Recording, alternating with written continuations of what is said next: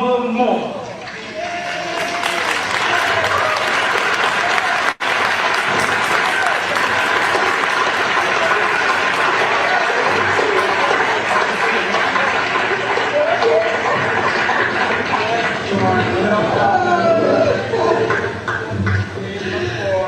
This is so much fun.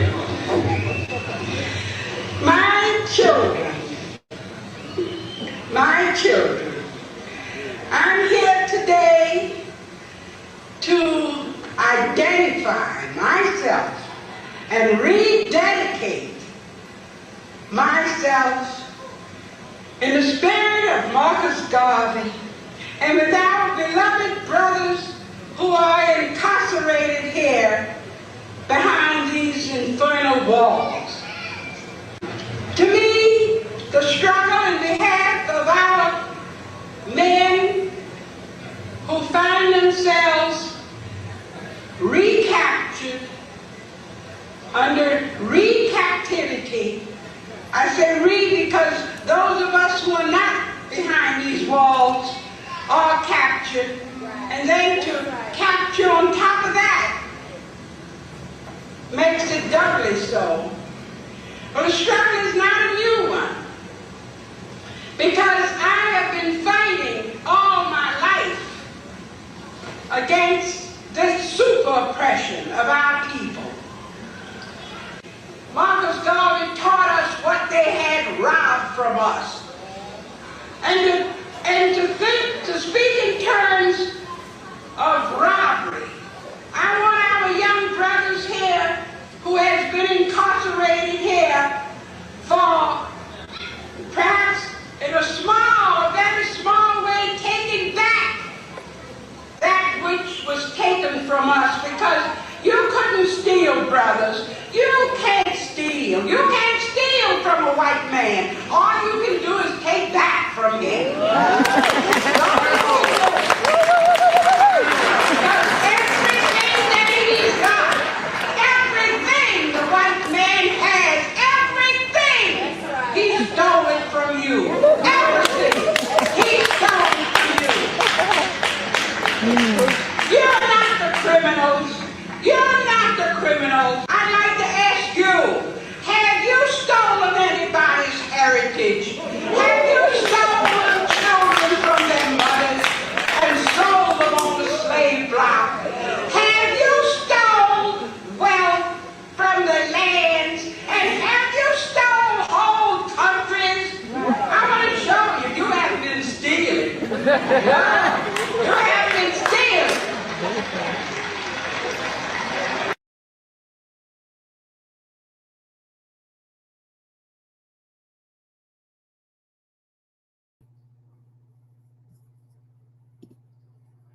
Greetings, good afternoon, good evening. How's everybody doing? My name is Tonda Sizwe Shimaringa, and I am the host of Root Work.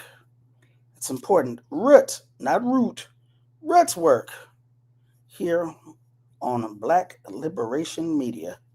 I'm trying to see if I can get to a couple of y'all comments real quick.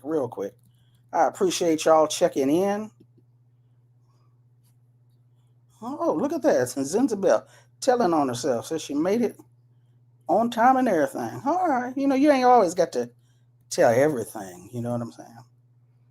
But yeah, Tonda Sizwe Shimmeringa and Root Work here on Black Liberation Media. Thank you for hanging out with us, with me this afternoon. Please don't forget, like I always say, don't forget, like, share, and subscribe. Like it now before you hear something that you don't like, so we can get it out the way. Share the link. Make sure that you are subscribed to Black Liberation Media, and make sure you are subscribed to Root Work here on YouTube. I'm, I had this show planned, and by the way, this is not live. I'm live right now. Hi, hey, but I had to pre-record Dr. Ashley Farmer, so she won't be able to answer any of your questions directly. I can get them to her later if need be. But I'm in a weird place right now because I was doing a show yesterday with Rosa Clemente, and it was at that point that I found out that Imam Jamil Alameen, formerly known as H. Rap Brown, had made his transition. And I have just been really messed up and bothered for the last 24 to 48 hours, going on to, well, I guess two, I don't know. See, I don't even know. I've just been really bothered by that. And I was like, okay, but I said I was going to do this show. We need to talk about Imam Jamil. Fortunately, the crew on the morning show, the Remix Morning Show, is going to be doing something, I believe, hopefully all week long. But yeah, I'm upset because he should not, he didn't have to, he did not deserve, he should not have died behind those concrete walls. We should have been able to bring him home. And I'm not really sure how many folks really understand why he is so important to the Black liberation movement, and not just as a quote unquote relic from the 60s. Oh, he was in SNCC and violence and cherry pie. You know, if I feel like getting up in the morning, I might hop on the Remix show and vent a little bit. I'm not quite sure yet. Like I said, I've been messed up, so I don't really know. I don't know. But I don't want to take away from um I don't want to take away from Imam Jamil. I also don't want to take away from Queen Mother Moore. But it's like, well, you just heard, shout out Haki Kweli Shakur, New African History Network, for that video clip. You just heard her addressing a rally at Greenhaven Prison in the early 1970s. Queen Mother Moore knew what time it was. She knew about all of our struggles being interrelated. She understood the importance of political prisoners, as well as mass incarceration, and how it impacts and affects us as a nation of people anyway. So, yeah, I'm not trying to bring y'all energy down. I'm just trying to keep it a buck with y'all, keep it a buck. So, what I'm going to do, as opposed to sitting up here and mumbling my way through this, I am going to go to this interview with Ashley Farmer and then come back afterwards, and we'll see some of your comments. If I can answer a question, I probably can't, but we'll see what happens. All right, so y'all hang on for a second, and let's get into this goodness. All right. Ashley Farmer is an award-winning and internationally known writer, researcher, and cultural analyst who explores and reports on Black history and its implications today. Currently, Dr. Farmer is an associate professor in the Department of History, African and African Diaspora Studies at the University of Texas at Austin. Dr. Ashley Farmer, thank you so much for being on Work today. Oh, thank you for having me. Thank you for having me. Queen Mother Moore. Yes. As you, I'm sure, have found out during your research, is a beloved figure. Is it beloved? It's both. It's beloved and beloved figure in the Black liberation movement. Yes. And now, for the first time, in one location, we have a biography of her life and her work, and which, as I'm sure you know, as a professor of history, it's not just of her, it's Right. of the time she lived in, it's of the organizations and the movements that she was a part of. Yes. So before we get into this, let me just say real quick, thank you so much for doing this work. Oh, thank you. It was a labor of love. Okay. Yeah. So what inspired you to take on this project of documenting Queen Mother Audrey Moore's life and work? Yeah, so I'm a historian of Black women in radical politics. And so I've been researching them for the better part of 15 years, including writing my first book, which is called Remaking Black Power, How Black Women Transformed an Era. And Right. I interviewed a ton of activists for that book. And almost every one of them had a story about Queen Mother Moore. Queen Mother Moore introduced them to the concept of reparations. Queen Mother Moore was the first one to teach them about Marcus Garvey, which they didn't learn about in schools, right? Queen Mother Moore was the first to tell them about the liberation of Africa. And I was stunned when I went to go look online. We're talking, this is like 2008, 2009. Virtually nothing on her, save, a few recollections from folks in the activist community that really cared about her. And I soon figured out why. It was because a lot of her artifacts, a lot of her books, her papers, all that stuff has gone missing. We don't really know where all of that stuff is. And so as I was researching and writing other things, she just kept staying with me. I was like, how can somebody that's such a giant that lived from 1898 to 1997, almost 100 years, it was mentoring everybody from Malcolm X to Dr. Muhammad Ahmed to the Republic of New Africa, not have a work on her. So I spent, 8-9 years just gathering everything I could. I started making contact with her family. Her son is still alive and lives in Philadelphia, and he's got 3 wonderful granddaughters as well, and great-grandchildren of hers. And slowly I pieced it together. But I just felt like we could not understand how we got here, nor could we understand what our possibilities were for the future if we didn't have the life of Queen Mother Moore written down. Okay. I appreciated the way you wrote the book. Again, you've talked elsewhere in interviews about the fact that it was virtually an archive of her life was virtually non-existent in terms of printed materials, books, essays, etc. Most of it, as you said, started with recollections from other activists. So I appreciated the way that you wrote the book in terms of, it seems like this is a project of reclamation and supplementation, imagining the things that might have occurred based on the historical record. Like maybe she went down here on a Saturday and perhaps her mother did this and perhaps her father did that. Because as a historian, trained in primary sources, you don't actually have with you the actual record or diary or what she said she did. In some cases, I do know she has an oral history, but in the other places I've heard before, a historian is like a detective. You're piecing together the story, and you took great pains to write the book, at least in the beginning part, in that manner, and I really appreciated that. Thank you. And one of the things that stood out for me, because I'm more familiar with Queen Mother, the reparations activist, revolutionary action movement, New African independence movement, etc., coming forward, wasn't that familiar with her upbringing. You wrote about how her parents, how she may have been observing her mother get ready for a date night with her father. And just that one piece took me back to watching my parents. When I was a child, they would go to, I'm out here in Los Angeles. We would get in the car and ride to Las Vegas. They would go play the slot machines and I would be at Circus. I love They would it. drop me off with the kids. And of course I hated the ride. Oh my God, are we there yet?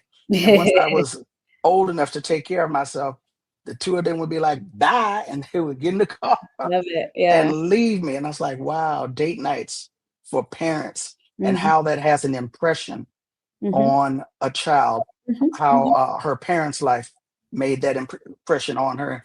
Unfortunately, she lost her parents at such a young age. But the documenting of her Creole middle class, as she would call it, bourgeois life. Yes. That upbringing, that preparation for a bourgeois or middle class life, and then to have it snatched away, to say that she was thrown into the ranks of the working class or the lower working class. If it was a shock for me reading it, I know it was a shock for her living it. Yes, I'm so glad you brought that up because many of the people, like I said, I talked to many people for the biography, and then as I've been traveling around on tour, lots of people that come did meet her, right? Some did work with her, but they knew her when she was 60, 70, 80, even in her 90s, right? You know, very few people knew her before, you know, say 1960 that are still around, you know? And so many people have said they were shocked to learn that, you know, her life was kind of going on a whole different course. She was being trained to be really part of the Black elite and even look down on some Black people that were lower from her or didn't have, you know, the same kinds of access to money and schooling. But as you say, that's all transformed when she loses both of her parents and is forced to all of a sudden go from having maids to being one. Being a domestic worker in white women's homes. And really, it's Marcus Garvey coming along that changes her life.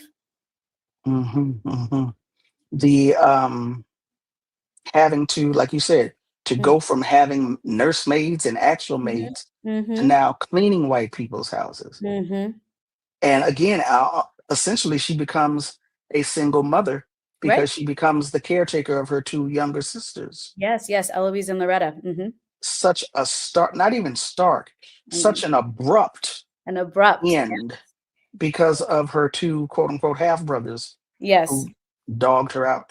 So this leads, I think maybe approximately 7 months after her father passes away, or one of her sisters gets married first, and it's like this emphasis on courtship and finding a suitable quote unquote partner to either establish or rescue you from an impoverished background.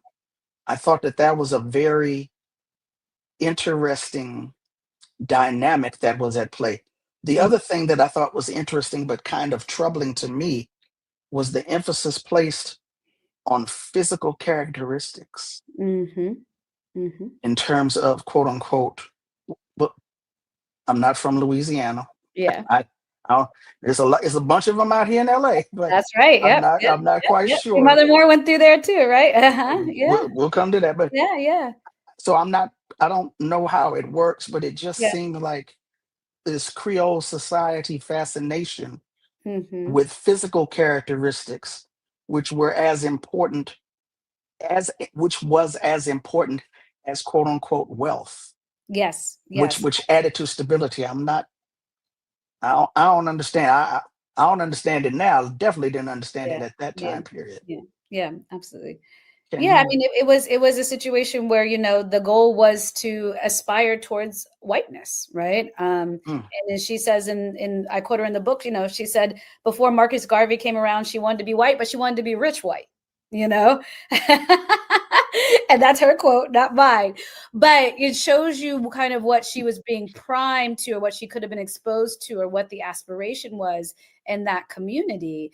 Even as they were also still taking care of each other, navigating and trying to fight for Black rights, practicing what we would now call mutual aid by, you know, helping each other out when they got sick, needed to bury their dead, educate. But it was a very complicated and different existence. I mean, one would never assume that somebody that grew up like that would end up becoming, you know, the Queen Mother Moore, the nationalist, the Pan-Africanist, the reparationist that we know her as today. Yeah, such a stark difference. Mm-hmm. And then we come to the introduction of Marcus Garvey Yes. and the story that many of us are familiar with, that the story that Queen Mother tells, Mm-hmm. that Garvey was, they attempted to prevent him from speaking, and Yep. everyone in attendance showed up with their gats Mm-hmm. saying, "Speak, Garvey, speak." Mm-hmm. You write that she had a 45 caliber. That's a big gun to have in your That's bosom. what she said. That's It what wasn't she no Derringer. It wasn't no 22 or that I'm just 32. quoting what she said, you know? It wasn't no 38.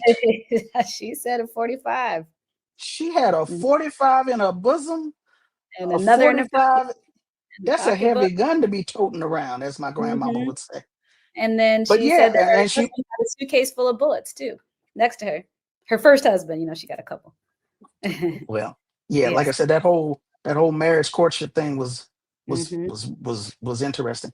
Yeah. But yeah, the emphasis on not only interest into entrance into upper Creole society or upper Mhm. society or middle class bourgeois living, but also Yes. Yes. self-defense, and standing up to white folks, Hmm. Hmm. having no fear. That's Hmm. also something that she talks about Yes. as making a great impression on her. Yes. Not Yes. just her, not just her father, but her husband as well. Absolutely. I think that one of the things that primed her to defend Black folks at all costs, and I mean that in all kinds of ways, is seeing her father. Even though he may have been a man that was aspiring to be in this kind of Creole society, he also had guns. He also was a constable, right? He also stood up to white men that disrespected her and disrespected his son, sometimes to the point of being run out of town. She Mm, saw the way her mother insisted on being treated like a lady, and with given the same deference as white women. And I think even though they ended up going in different routes in terms of what their vision of Black liberation was, those core values about mm, a sense of self, right, and a sense of fighting for one's beliefs was ingrained in her from a young age. Her family did not back down, and she learned. mhm. Mhm. I'm sorry, say again? And from her first husband, I'm the one who Mhm, introduced her to Garveyism. Mhm. mhm. I'm speaking with Dr. Ashley Farmer, an award-winning and internationally known writer, researcher, and cultural analyst, currently an associate professor in the Department of History, African Diaspora Studies at the University of Texas at Austin. We are talking about her newest book, Queen Mother, Black Nationalism, Reparations, and the Untold Story of Audrey Moore. Now, I was telling you before we started recording, I would love to keep you 24 hours, but I know I can't do that. So I'm going to try to rush through a Yeah, couple of things. yeah. Queen Mother Moore is introduced to the teachings of Marcus Garvey Mhm, through her first husband. mhm. And New Orleans is this center of not New York per se, but New Orleans is one of the strongest UNIA chapters Absolutely. Mhm, in the country at the time. mhm, And Queen Mother becomes an organizer, becomes a member. mhm. She's committed. She down with it. She 10 toes down, as we say. She is. She and her husband are ready to pack their bags and move to Africa, rematriate. Yeah. At a certain point, the Garvey movement is attacked and destroyed. Mhm, And again, looking at that background, that working class background, she comes from a bourgeois mhm. background, so she clearly knows what that life is like. She's Absolutely. been thrust into the working class, or in almost into abject poverty. She Mhm. knows what that's like. Enter the Communist Party. Yes, yes, yes. Enter the Communist Party. Not only their quote unquote talking point of Mhm, Black self determination and the mhm. self determination of the Black Belt, but they're communists. They're Right. talking about working men and women as Mhm. well as labor. Yes. Talk to us about that real quick. Yeah, so Queen Mother Moore follows the folks of the Great Migration. She and her husband, her first husband, leave Louisiana. They go west. They don't find a lot of freedom. They go north to Chicago and eventually settle in Harlem, where many Black folks did, basically at the start of the Depression. And she's walking around every day, very looking for work, back to scrubbing white folks' homes. And she sees the Communist Party, or a group that she sees fighting for things like the Scottsboro Boys, the Mhm. African American youth that were accused of raping two white women on the train. And this is a case that, folks in the NAACP wouldn't touch, but she sees them galvanizing white and Black people for that. She sees Mhm. them taking people's furniture who've gotten evicted because they can't pay their rent in the Depression, and the landlords put it outside, and the Communist Party folks are putting it back inside. She sees them picketing places where they won't sell or employ Black folks. And so there is, if she's looking around for a place to join to make her life better, who is bettering Black people? In the 1930s, particularly in spaces like New York, Chicago, Detroit, the Communist Party is doing that work while also saying that Black folks are a nation within a nation, and that we're bound together by a shared oppression, heritage, language, culture, and we have the right to secede for the United States. And what she says is they've got their thing, they're talking about what Garvey's talking about, right? She recognizes that, you know, it rhymes with Garveyism. And she sees that they're helping everyday working class Black folks. She says, well, might be a good thing to help get my people started. But I want to be clear, you know, she's a nationalist, but she sees the Communist Party as what she calls a vehicle, right? A way to kind of achieve her nationalist goals and help mitigate Black suffering. But you know, she's cognizant of trying to keep her values straight in terms of what the Communist Party can offer her and what it can't, you know? Now, again, we can't spend a whole lot of time, but Yeah. I'm gonna try and get to it. Yeah. So the Communist Party, at some point, they abandon that line of thinking, or that political line or ideology that Black people are a nation and, quote unquote, in the fight for self-determination. Yeah. But she maintains her commitment to Black self-determination, to Black self-defense. And this is where you say she is the mother of the modern reparations movement. Why do you call her the mother of the modern day reparations movement? And when you say that, again, looking at your interviews elsewhere, you're talking about right now, today, 2025, Yes. where we stand across the country, here in LA, state of California, Evansville, Illinois, other places. You're saying that is a direct result of Queen Mother Moore. Why and how do you say that? Yeah. So, you know, I just want to address the modern part. I don't want to erase or not pay homage to the folks who came before Queen Mother that were also advocating for repayment for labor during slavery. None more so than a woman from my hometown named Callie House, who was organizing for what she then called ex-slave pensions, right? This is right after the end of slavery, as payment for the work done there. But, you know, that movement died out, in fact, because they captured Callie House the same way they captured Marcus Garvey, mail fraud, and a common occurrence. And it wasn't until Queen Mother Moore kind of revitalized this idea of repayment in the late 1950s and early 1960s that we get to this point where reparations is on our tongues today. So I want folks to imagine that she's back home in New Orleans. She's organizing with a group of fellow former Garveyites, and she is beginning to think about the idea of reparations in this little women's study group that she's in, along with her sisters. And then while everybody else is talking about integration and the March on Washington and sit-ins, she is driving from place to place talking about repayment in the form of a check, but also in form of apology, in the form of cultural institutions, in the form of jobs, to anybody will listen. And I'm talking about driving to a church here, a civic center there, a group of organizers here, right? And it catches on. She really is somebody that is kind of planting the seeds for a million flowers to bloom. In a place like Los Angeles, a group called Reparations Inc. develops, and they file a claim for repayment. In a place like San Francisco, they latch onto her ideas of nationalism. She thought that reparations should be used as the seed money to start a separate nation. But she worked with anybody, whether they agreed with that or not.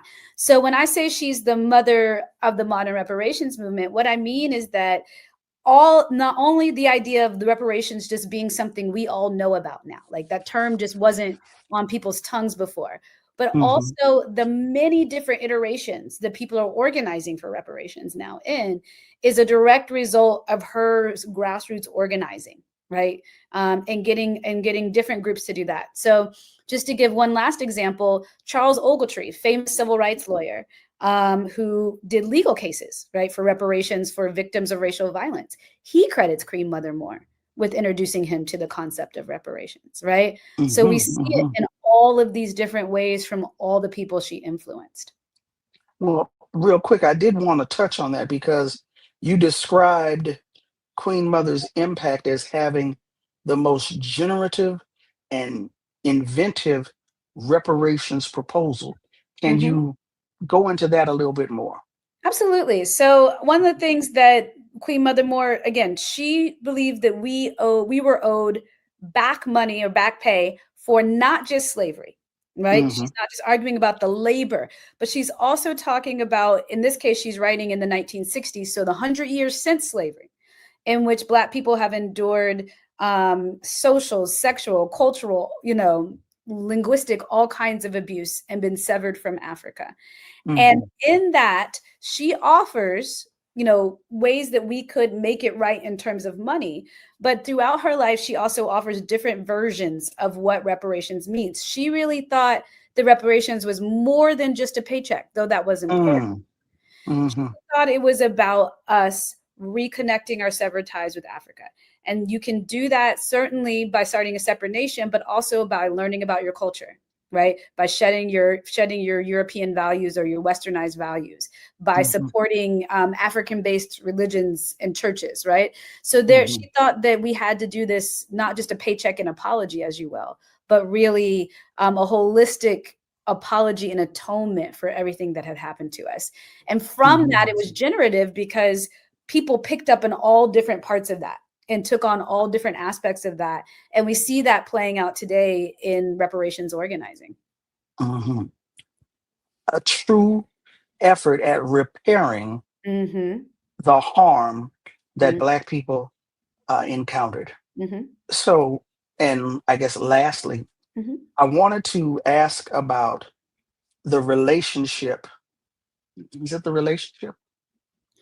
The influence and impact, as well as relationship, of Queen Mother Moore on modern Black liberation movement.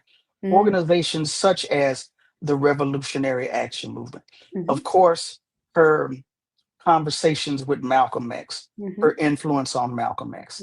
And of course, we look at the trajectory of after Malcolm is assassinated, the beginnings of quote unquote Black Power, the Black Panther Party, the Revolutionary Action Movement, which started before Malcolm's assassination, but now they become more visible. Yes. We moved into in the late 1960s and the beginnings of the Republic of New Africa, which I'm a member of the New African Independence Movement.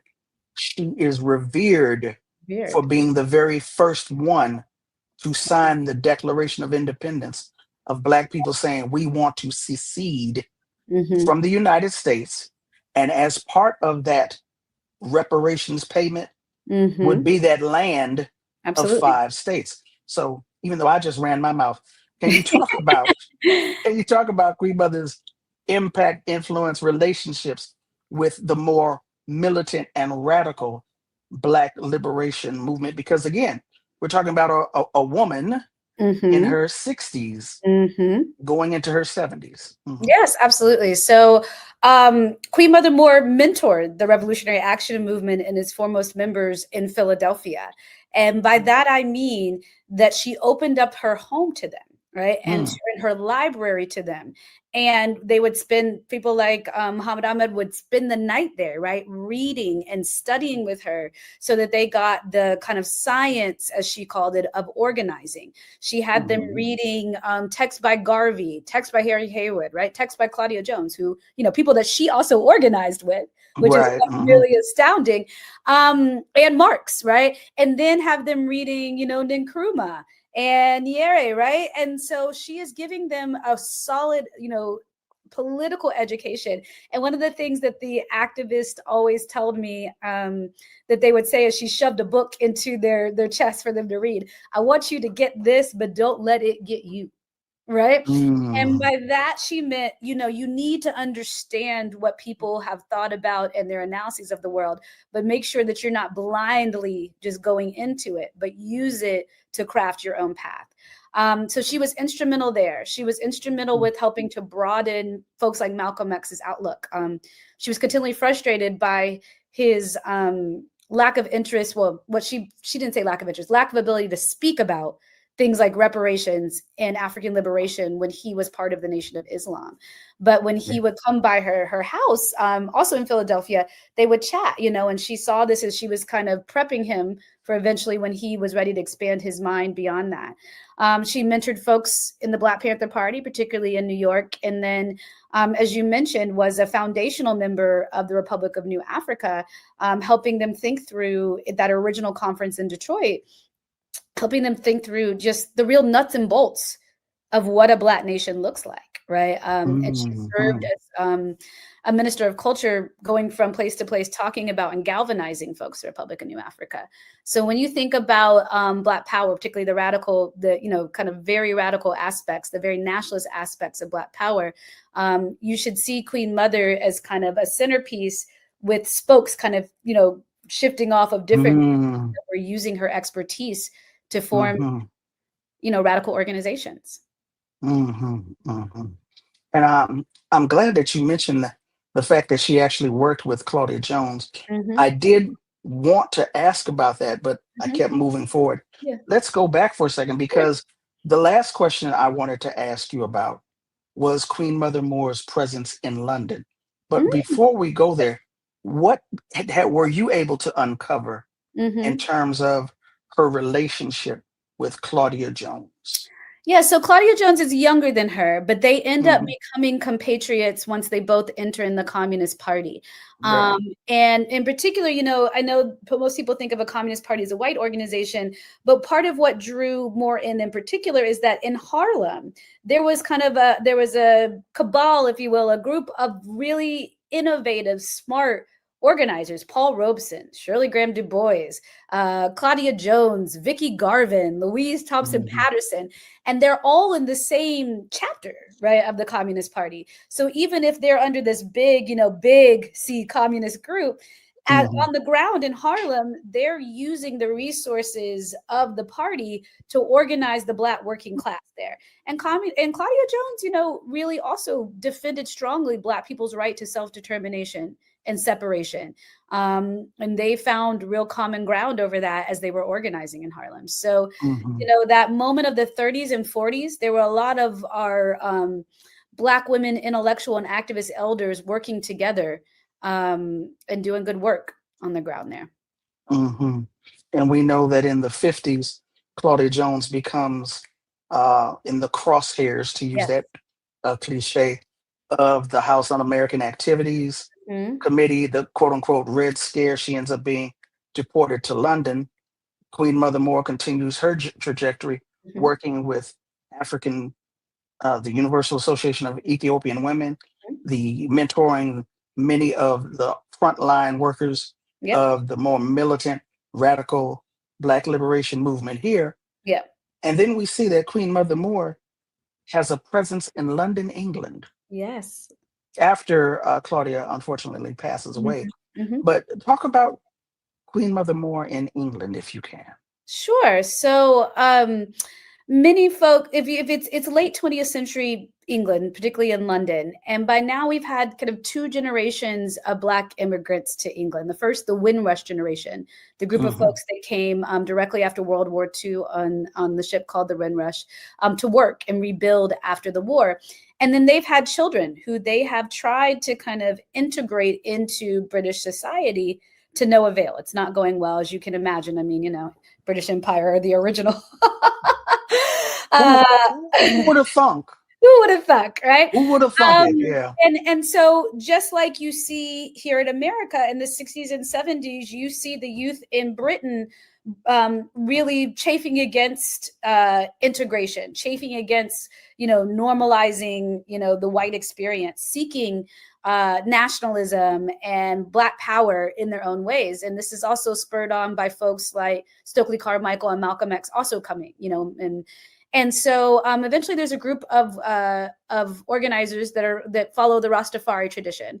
And of course, this is in line with support of Ethiopia and support of Marcus Garvey in particular. And they come to see Queen Mother Moore as a figurehead and a guide in their movement because she's one of the few people left that is still knew Marcus Garvey directly and is invested in their teachings. So they invite her over to London, England a couple times to speak and organized, folks around nationalist ideas. And then eventually she gives them the idea that they need to start a museum, a physical cultural space where Black and African culture can be celebrated. And so she comes back to help with that again. And we still have that place today. It's called the Black Cultural Archive, the BCA. And it was from her visits to Britain and her inspiring folks to invest in their Black culture that center, which I think is the only center directed towards Black culture in London today. But and it goes back to what you talked about earlier, the need for Black people to learn their true history, their true culture, those things that were taken from us, or growth that we lost after the horrors of enslavement. It reminds me of this clip that is out there in the world. I wish I could find the entire clip where she's at. I believe it's the National Black Independent Political. The Gary Convention, the National Convention. Black Political Convention. They're talking about the Black Political Convention, but there's a clip of Queen Mother Moore handing out leaflets to the people who are in attendance, talking about reparations, because that's what she would talk about. And then she says something about what was taken from us, how, quote unquote, again, our culture, what was lost. She said, I want to get an afro, but the white man done messed me all up. Yes. And I'm just like, what did she? That was she was funny, introductions. Yeah. That's hilarious. That was one of my first introductions, sir. I can't even get my hair in an afro. The white man done messed me all up. Yes. The way she was talking about the white man. Queen Mother Moore was hilarious. Yes, she was. I've been speaking with Dr. Ashley Farmer, associate professor in the Department of History, African and African Diaspora Studies at the University of Texas at Austin, author of the newly released book, Queen Mother, Black Nationalism, Reparations, and the Untold Story of Audrey Moore. We have gone through this quickly. Again, I would love to keep you 24 hours. At some point, I'm going to be able to do that. Just sit at your feet and absorb everything. But I know you have to go. Everything that we were not able to get to today, it's in the book. This is, you said, how many years did you spend researching? Over 10 years. Over 10 years. Over 10. If you found her name mentioned, scribbled somewhere, put it in the archive. Exactly. A flyer with her name, put it in the archive. Interviews with people who know her, put it in the archive. I've seen 1 or 2 oral histories of Queen Mother Moore online. Goes in the archive. Right. Land deed and birth certificate, marriage certificate, all in the archive, all serving as background or as foundation to uphold this pillar of the Black liberation movement. Finally getting so much information about her life, about her work, about the world around her at that time, having all of this in one location at our fingertips. Queen Mother, Black Nationalism, Reparations, and the Untold Story of Audrey Moore. Thank you so much, Dr. Ashley D. Farmer, for this labor of love. Thank you so much for this work, and thank you so much for being on Rootwork today. Thank you so much for having me and checking out the book. Absolutely, absolutely. So that was the interview with Dr. Ashley Farmer talking about her newest book, Queen Mother, biography of Queen Mother Moore, for the first time, I think ever, where we have got so much information about Queen Mother Moore in one location at our fingertips. I see a few folks in the chat who have either read the book or who are about to go out and buy the book. Please do, please do. We might even, who knows, might even have a study group, book reading club here on Black Liberation Media. That's not, what's the word? That's uncommon. It's not rare. We do go over books here, here on Black Liberation Media. I haven't done it yet on Rootwork, but soon come, soon come. So again, We've been here less than 1 hour. You know, I try not to ramble on and on and on. It was a pre-record. I don't know if anybody has any questions for me, but if you have any comments that you would like me to share on screen, knock yourself out. Other than that, um, I'm not going to hold y'all. We definitely need to do a study group on this book. There have been study groups on Safia Bukhari, of course, on Assata Shakur, and now we've got this book on Queen Mother Moore. Who was I talking to the other day? Oh, I was on a show the other day, and the brother was asking about my books. Some of Us Are Brave. This is not a shameless plug, but you can see it that way. These books that, based on interviews I've done with sisters over the years, there's a quote from Anna Julia Cooper. I don't have the exact quote in front of me now, but she talks about the fact that, I'm paraphrasing, when you only have one side of the story, you're missing half of the story. It is of paramount importance that we listen to Black women's stories. It don't matter if it's Assata Shakur or Linda Brent, incidents in the life of a slave girl, right? Even Phyllis Wheatley can teach us certain things. So the experiences of Black women, our experiences, our thoughts, our desires, all of these things are important. And when it comes to Black women and the Black liberation movement, again, we're in a good place now because so many sisters have come forward to tell their stories. But for a minute there, we sisters was lost in the sauce. We didn't know where we was, right? Thorough study of Queen Mother Moore is long overdue. I don't know if anybody gonna top this. They might. When it comes to knowledge and information, constantly reevaluating, etc.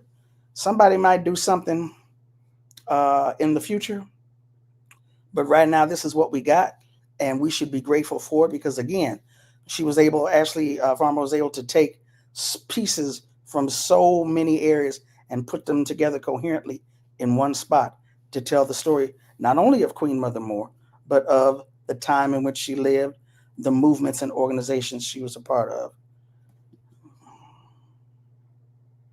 I don't think I got to meet Queen Mother Moore. I'm quite sure I would remember if I met Queen Mother Moore. No, I did not get to meet Queen Mother Moore.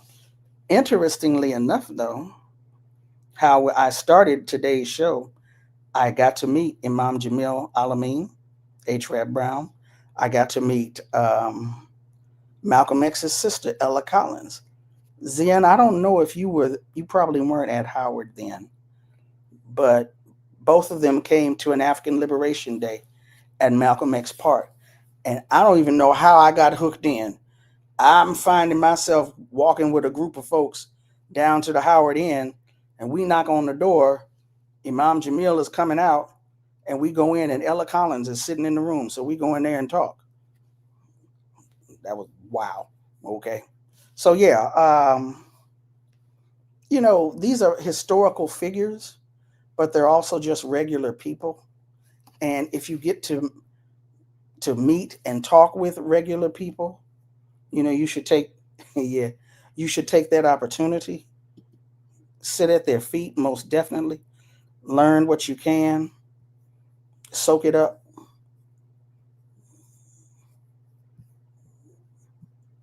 And because, again, your stories, let's say you're not an activist, let's say you're not well known, but you have a memory of a time that you sat down next to such and such and talked with them, right? That adds to the story, that adds to the archive. Those nuances add to all that we have to know about the person. Okay, we got some folks. Well, and that's the other thing too. A lot of people are accessible. She's just walking around Philadelphia. You know who she is because she got the big old gele on, wearing African clothes. A lot of folks are accessible. And even Imam Jamil, peace be upon him, folks could write him and he would write you back. A lot of folks that we have access to. A lot of folks we should take advantage of the opportunity to get to know some of these people for our own edification and for posterity. So even though Mr. Arthritis, he ain't been knocking on the door lately at all. I'm not sure what that's about. But he ain't knocking on the door. But I'm going to stop rambling and get off of here and let y'all enjoy the rest of your evening. Shout out to Renee Johnston for helping me with the tech earlier. Shout out to Haki Kweli Shakur for use of that clip of Queen Mother Moore. Shout out to Dr. Ashley Farmer. Shout out to Queen Mother Moore, of course. Peace be upon the spirit of Imam Jamil Alameen. Don't forget to tune in to the Remix Morning Show the rest of this week. In the mornings, I might even show a pop-up one day. I don't know yet because I'm so hurt behind the passing of Imam Jamil Alameen. We need to know who this brother is. We need to know why he was important. We need to know what he represents. So yeah, shout out to Black Liberation Media. If you haven't already shared links, subscribed, and checked out the other programming that is here on Black Liberation Media, please do so. Please share it with other people. Please talk about the shows with other people. Please share my links. Talk about my shows to other people. Please hit that Cash App and that Venmo. Please hit the Patreon of Black Liberation Media. The information, somebody said that they didn't get this information in school. You wasn't gonna get it in school, and you almost didn't get it on YouTube because they want to try and kick us out of here. In order to sustain Black Liberation Media, we need you all to be generous when you are able to. So holla at the Patreon, all right? What you mean show up? You talking about me? You talking about everybody else? I'm gonna set my alarm. We're gonna see what happens. Anyway, appreciate y'all. My name is Tonda Cesare Shimaringa, and you have been tuned into Root Work here on Black Liberation Media. So again, thank you so much for hanging out with me this afternoon, this evening. You all take care, stay safe, and I'll catch you on the next one. Peace.